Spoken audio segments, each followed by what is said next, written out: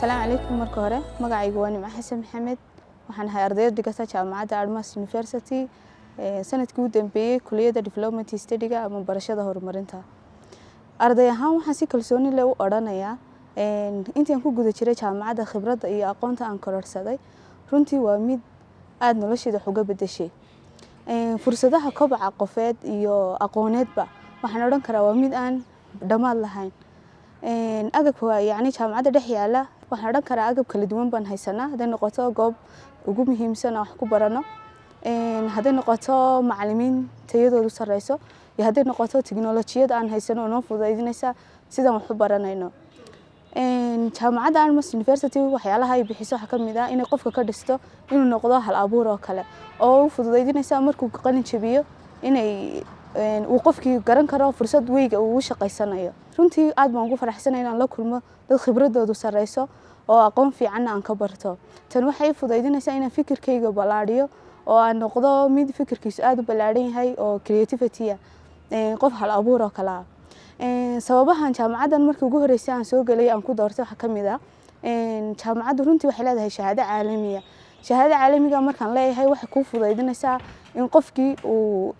jaamacadda masterta haduu ka qaato iyo degree ka qaatoba inay u fududeynayso in wadan kale uu ka shaqeeyo isagoo wax conditional lagu xiraynin marka sababahan ku soo doortay waa ta koob ka tahay kulliyadaha ka baxa oo kulliyadayda ugu horeyso aadna ugu faraxsanahay inaan maanta ka graduate garan doono kulliyadda development study runtii kulliyadda development study waxay bixisaa waxyaalo badan fakalo badan ba isugu koobmaya haday tahay management haday tahay HRM oo human resource management haday tahay accounting kulliyadda development study meelo badan bay taabanaysaa oo kulliyadaha kale aan taabanayno kaga duwan tahay haday tahay waxaad baranaysaa xiriirada caalamiga sidoo kale waxaad baranaysaa inaad baratid yani sida loo casriyeeyo reer miyiga magaalada haday tahay anytime meel walba oo horumar ka jiro kulliyaddan way taabanaysaa waxyaaba jaamacadda igu kalifay inaan ku soo doorto aan ku soo galo runtii waa doorka bulshada ay kaga jirto haday noqoto shaqada Admas ardayda ka soo qalin jabisa waa ardayda kaalmaha ugu waaweyn kaga jira bulshada shaqeeya waxyaalaha ku soo doortay waxa kamid ah in training iyo skills ardayda la siiyo before intaanay graduate gareyn si ay u gartaan weyga ay shaqada u tagi lahaayeen waxyaalaha aadka ii soo jiitay intaan jaamacadda ku guda jiray waxa kamid ah inaan arkay macallimiin aad qiimahoodu u sareeyo tayadoodu sareyso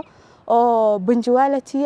oo skillkoodu fiican yahay oo runtii course-ka ay ku dhigayaan aad u fahansan waxyaalaha aan ku soo aadka uga sii yaabay aan isoo jiitay intaan ku guda jiray waxa kamid ah relationship ka dhaxeeya macallinka iyo ardayga oo isaguna aad u fiican iyo dhammaan maamulka jaamacadda oo runtii aad dad u wanaagsan oo isku xidhan collaboration-koodu fiican yahay oo ardayga caawinaya inuu yahay ugu dambeyn waxaan leeyahay qof walba wax barashada jecel Admas University waxay ka caawinaysaa inaad garatid hamigaagi iyo fikirkaaga aqooneed ee yani kugu guureeyo maskaxdaada runtii oo kale waxay Admas ku fududeynaysaa in information ku siiso waxyaalaha takhasuska aad doonaysid inaad waxaad ku fiican tahay qofkii aan garanayn oo kale inay talo siiso oo tiraahdo fakalkaas ku fiican marba waxaan ku leenahay Admas University waa wehelkaaga Admas DS family of Admas University waxay ku leeyihiin welcome waan ku soo dhaweynaynaa arday walba wax barashada jecel